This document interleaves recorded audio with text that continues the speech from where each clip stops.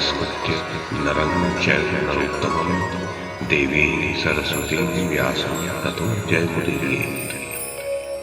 ओम नमो भगवते वासुदेवाय, ओम नमः पितामहाय, ओम नमः प्रजापतिभ्यः, ओम नमः कृष्णद्वैपायनाय, ओम नमः सर्वविघ्नविनायकेभ्यः।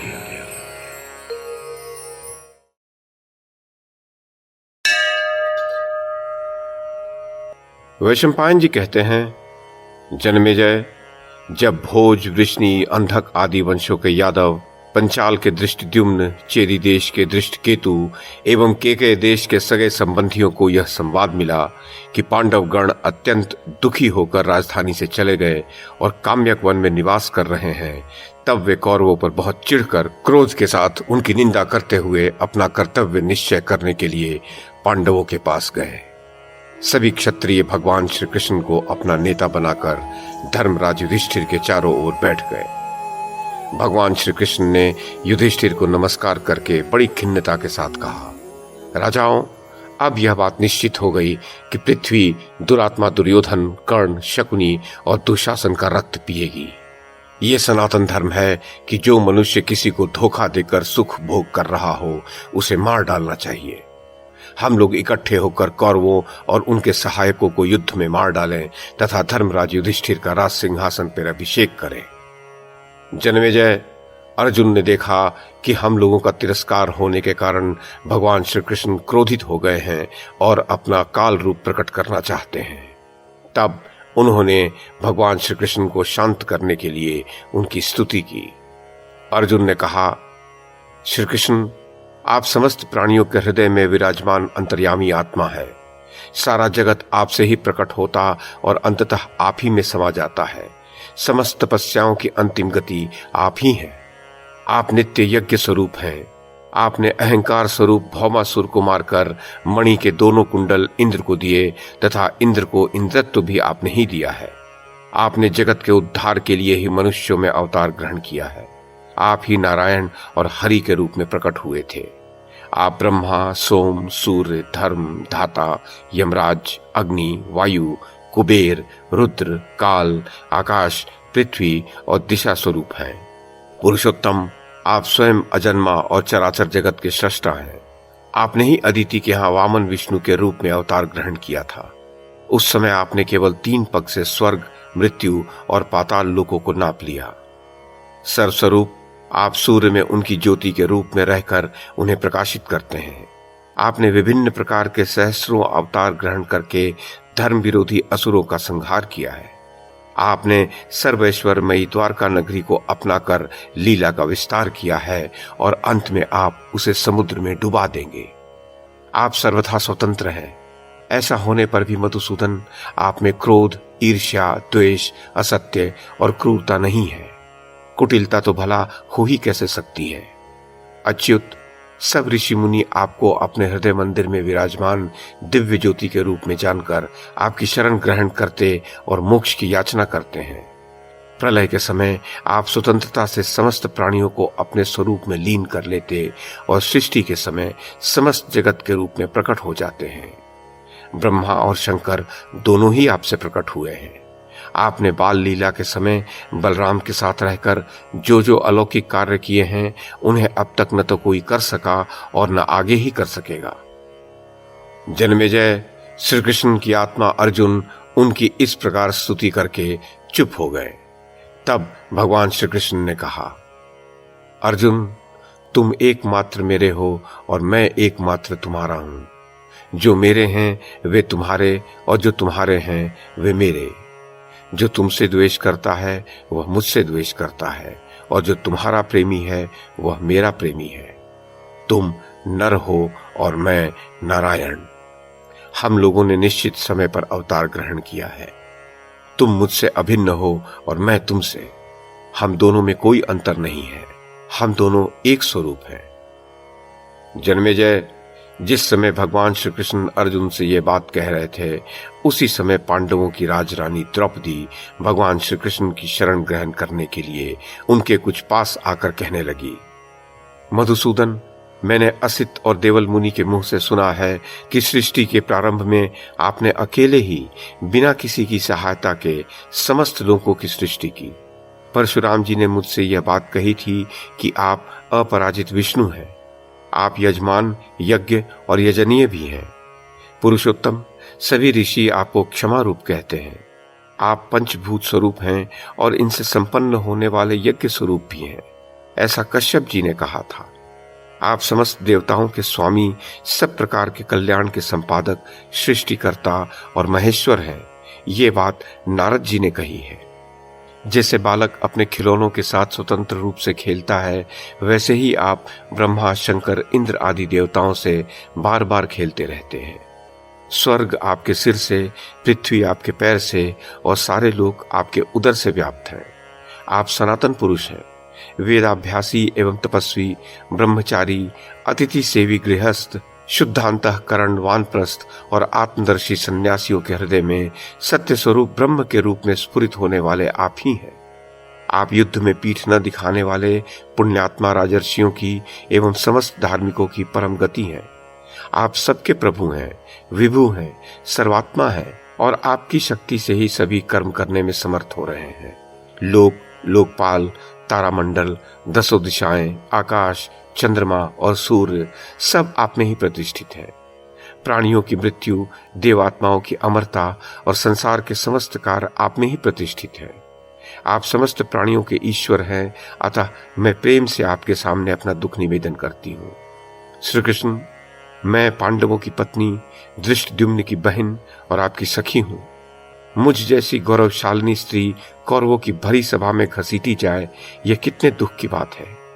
कौरवों ने छल से हमारा राज्य छीन लिया, वीर पांडवों को दास बना लिया और राजाओं से ठसाठस भरी सभा में मुझ एक वस्त्रा रजस्वला स्त्री को चोटी से पकड़कर घसीट मंगवाया।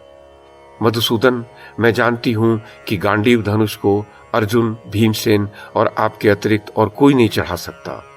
फिर भी भीमसेन और अर्जुन मेरी रक्षा नहीं कर सके। धिक्कार है इनके बल पौरुष को। इनके जीते जी दुर्योधन क्षण भर भी कैसे जीवित है। ये वही दुर्योधन है जिसने अजात शत्रु सरल चित्त पांडवों को इनकी माता के साथ हस्तिनापुर से निकाल दिया था। इसी ने भीमसेन को विष देकर मार डालने की चेष्टा की थी। भीमसेन की आयु शेष थी, विष पच गया, वे जी गए, ये दूसरी बात है। जिस समय भीमसेन प्रमाण कोटि वट के नीचे सो रहे थे, उस समय दुर्योधन ने इन्हें रस्सी से बंधवाकर गंगा में डाल दिया था। अवश्य ही ये रस्सी तोड़कर तैर कर निकल आए। सांपों से भी डसवाने में दुर्योधन ने कोई कसर नहीं छोड़ी। जिस समय हमारी सास अपने 5 पुत्रों के साथ वारणावत नगर में सो रही थी, उसने आग लगाकर उन्हें जला डालने की चेष्टा की। ऐसा नीच कर्म भला और कौन मनुष्य कर सकता है। श्री कृष्ण, मुझ सती की चोटी पकड़कर दुशासन ने भरी सभा में घसीटा और ये पांडव देखते रहे। जन्मेजय, द्रौपदी की आंखों से आंसू की धारा बह चली। वह अपना मुंह ढककर रोने लगी। उसकी सांस लंबी चलने लगी। उसने अपने को कुछ संभाला और गदगद कंठ से क्रोध में भरकर फिर कहने लगी, श्री कृष्ण, 4 कारणों से आपको सदा मेरी रक्षा करनी चाहिए। एक तो आप मेरे संबंधी हैं, दूसरे अग्निकुंड में से उत्पन्न होने के कारण मैं गौरवशालिनी हूँ, तीसरे आपकी सच्ची प्रेमिका हूँ और चौथे आप पर मेरा पूरा अधिकार है तथा आप मेरी रक्षा करने में समर्थ हैं। जन्मेजय, तब श्री कृष्ण ने भरी सभा में वीरों के सामने द्रौपदी को संबोधित करके कहा, कल्याणी, तुम जिन पर क्रोधित हुई हो उनकी स्त्रियां भी इसी तरह रोएंगी। थोड़े ही दिनों में अर्जुन के बाणों से कटकर रक्त से लथपथ होकर वे भूमि पर सो जाएंगे। मैं वही काम करूंगा जो पांडवों के अनुकूल होगा। तुम शोक मत करो। मैं तुमसे सत्य प्रतिज्ञा करता हूं कि तुम राजरानी बनोगी। चाहे आकाश फट जाए, हिमाचल टुकड़े टुकड़े हो जाए, पृथ्वी चूर चूर हो जाए, समुद्र सूख जाए, परंतु द्रौपदी, मेरी बात कभी मिथ्या नहीं हो सकती। जन्मेजय, द्रौपदी ने श्री कृष्ण की बात सुनकर टेढ़ी दृष्टि से अर्जुन की ओर देखा। तब अर्जुन ने कहा, प्रिय, तुम रो मत। श्री कृष्ण ने जो कुछ कहा है वैसा ही होगा, उसे कोई टाल नहीं सकता। धृष्टद्युम्न ने कहा, बहन, मैं द्रोण को, शिखंडी भीष्म पितामह को, भीमसेन दुर्योधन को और अर्जुन कर्ण को मार डालेंगे। जब हमें बलराम जी और भगवान श्री कृष्ण की सहायता प्राप्त है, तब स्वयं इंद्र भी नहीं जीत सकते। धृतराष्ट्र के लड़कों में तो रखा ही क्या है। जन्मेजय, अब सबकी दृष्टि भगवान श्री कृष्ण की ओर घूम गई। श्री कृष्ण ने धर्मराज युधिष्ठिर को संबोधित करके कहा, राजन, यदि उस समय में द्वारका में होता तो आपको इतना दुख नहीं उठाना पड़ता। यदि कुरुवंश मुझे द्यूत में नहीं बुलाते, तब भी मैं स्वयं ही वहां आता और बहुत से दोष दिखाकर द्यूत का अनर्थ रोक देता। मैं भीष्म पितामह, द्रोणाचार्य, कृपाचार्य और बाल्लिक को बुलाकर धृतराष्ट्र से कहता, राजन, तुम अपने पुत्रों में द्यूत मत कराओ, बस करो। द्यूत के दोष से राजा नल को कितनी विपत्ति उठानी पड़ी, ये मैं उन्हें सुनाता। धर्मराज, उसी द्यूत के कारण तो आप भी राज्यच्युत हुए हैं। द्यूत से बिना समय के ही धन संपत्ति का विनाश हो जाता है। बार बार खेलने की ऐसी सनक सवार होती है कि उसकी लड़ी टूटती ही नहीं। स्त्रियों से आसक्ति, द्यूत खेलना, आखेट की लत और मद्यपान, ये चारों बातें प्रत्यक्ष दुख हैं। इनसे मनुष्य श्री भ्रष्ट हो जाता है। यूं तो चारों बातें बुरी हैं, परंतु उनमें द्यूत सबसे बढ़ चढ़कर है। द्यूत से एक दिन में ही सारी संपत्ति का नाश हो जाता है। मनुष्य बुरे व्यसन में फंस जाता है। धर्म और अर्थ आदि का बिना भोगे ही नाश हो जाता है और इसके कारण मित्रों में भी अपशब्द का व्यवहार होने लगता है। मैं राजा धृतराष्ट्र को द्यूत के और भी बहुत से दोष बतलाता। यदि वे मेरी बात मान लेते तो कुरुवंश का कल्याण होता, धर्म की रक्षा होती। यदि वे मेरी हितैषिता पूर्ण प्रिय बातों को स्वीकार नहीं करते तो मैं बलपूर्वक उन्हें दंड देता। यदि उनके जुआरी सभासद या मित्र अन्यायवश उनका पक्ष लेते तो मैं उन्हें भी मार डालता। उस समय मेरे द्वारका में न रहने से ही आपने द्यूत खेलकर घर बैठे विपत्ति बुला ली और आज मैं आपको इस विपत्ति में देख रहा हूं। जन्मेजय, तब युधिष्ठिर ने पूछा, श्री कृष्ण, तुम उस समय द्वारका में नहीं थे तो कहां थे और कौन सा काम कर रहे थे? भगवान श्री कृष्ण ने कहा, धर्मराज, उस समय में शाल्व का और उसके नगराकार विमान सौभ का नाश करने के लिए द्वारका से बाहर चला गया था। जिस समय आपके राजसूय यज्ञ में मेरी अग्र पूजा की गई थी और शिशुपाल की दुष्टता के कारण मैंने उसे भरी सभा में चक्र के द्वारा मार डाला था, उस समय मैं तो यहाँ था और उधर शिशुपाल की मृत्यु का समाचार पाकर शाल्व ने द्वारका पर चढ़ाई कर दी। वह अपने सप्त धातु निर्मित सौभ विमान पर बैठकर बड़ी क्रूरता के साथ द्वारका के कुमारों का संहार करने लगा। बाग बगीचे, महल नष्ट भ्रष्ट होने लगे। उसने वहां लोगों से इस प्रकार पूछा कि यादवाधम मूर्ख कृष्ण कहाँ है? मैं उसका घमंड चूर चूर कर दूंगा। वह जहां होगा वहीं मैं उसके पास जाऊंगा। मैं अपने शस्त्र की सौगंध खाकर कहता हूं कि मैं कृष्ण को मारे बिना लौटूंगा नहीं। शाल्व ने लोगों से और भी कहा कि विश्वासघाती कृष्ण ने मेरे मित्र शिशुपाल को मार डाला है, अतः आज मैं उसे यमलोक भेज दूंगा।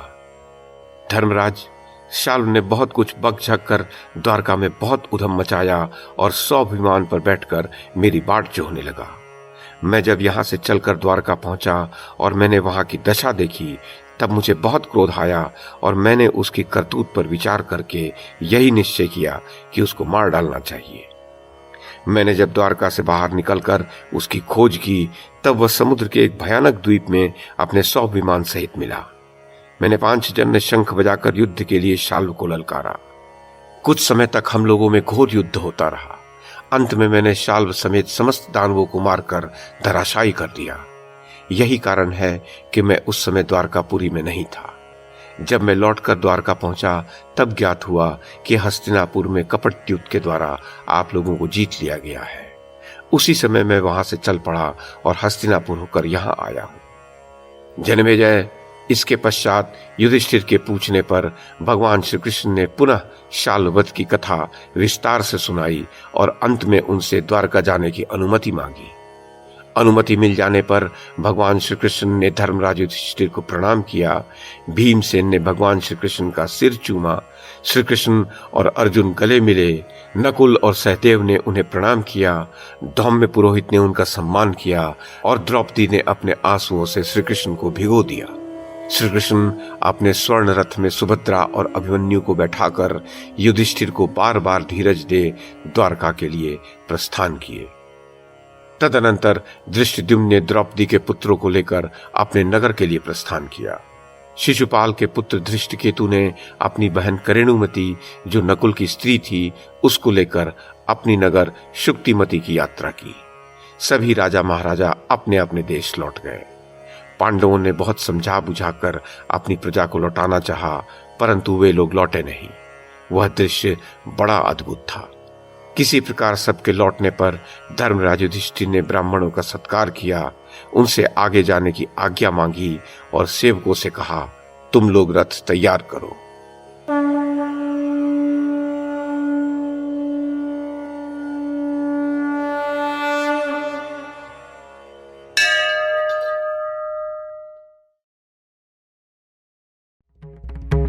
YouTube के माध्यम से महाभारत की कथा को एक श्रृंखला के रूप में प्रस्तुत करने का हमारा ये प्रयास यदि आपको सराहनीय लगा हो तो कृपया इस कड़ी को लाइक और शेयर करें, चैनल को सब्सक्राइब करें और बेल आइकन को दबाएं। साथ में अन्य लोगों को भी देखने के लिए प्रेरित करें। धन्यवाद और नमस्कार।